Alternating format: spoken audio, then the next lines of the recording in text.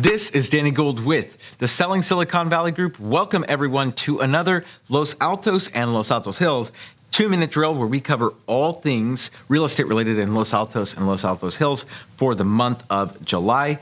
Before we get into the data, if you are a home buyer in Los Altos Hills, anywhere in the Mid-Peninsula or Silicon Valley, you can go ahead and text the word data plus the neighborhood that you're looking in. And my team will get you a comprehensive data set for the area, zip code, neighborhood, whatever that you're looking in. We can get really, really detailed with those reports. Now, if you're a home seller in today's environment, or you're considering selling your home, go ahead and text the word data plus your property address, and we'll get you a comprehensive data set, much more robust than what you'll see here for your particular property. Let's get into the data, everyone. We are super high tech here, so we're gonna bust out our handy dandy iPad timer and get started in 3, 2, 1, go. So, Los Altos Hills. Over the last few months, we've seen an incline, an increase in absorption rate here in Los Altos Hills, and that's great news if you're a home seller.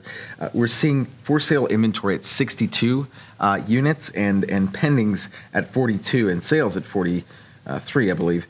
42, 43, or 45 rather. Now, when you look at the absorption rate, we jumped from 36.8% in May, which was by all intents and purposes a very slow month because those closings were a result of April's pendings. And so we all know what happened in April.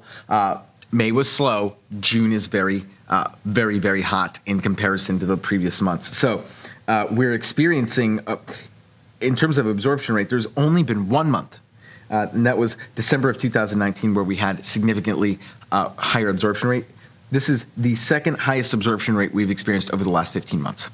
That should be very good news for you if you're a home seller in today's in those areas. Now, if you are if you're looking at the condo and the townhome sector, the issue is there are not many condos and townhomes in the area, so this data set doesn't really give us great statistical confidence here, but 9 properties for sale and 7 homes pending with an absorption rate of 77.8%, still very high, and meaning that for the most part, if you're a condo townhome owner, you're going to be doing very well in those areas or in those neighborhoods.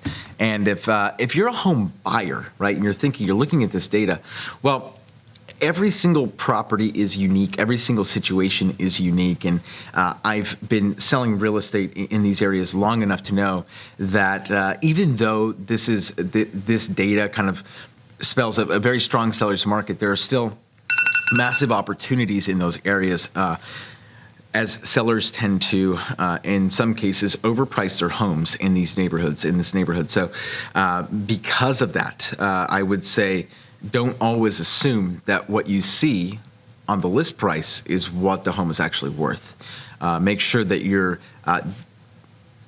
doing your due diligence and using this data to kind of fuel the conversation, if you will, right? So anyways, that's all we have for you today. And again, if you want a more in-depth analysis of a specific property, right, that you're considering making an offer on or that you're considering selling, go ahead and text the word analysis plus the property address to the number down below, and we will reach out to you to walk you through that and get you a better understanding of what it's going to take to win. This is Danny Gould, everyone, with the Selling Silicon Valley Group, and we'll catch all of you in the next 2-minute drill.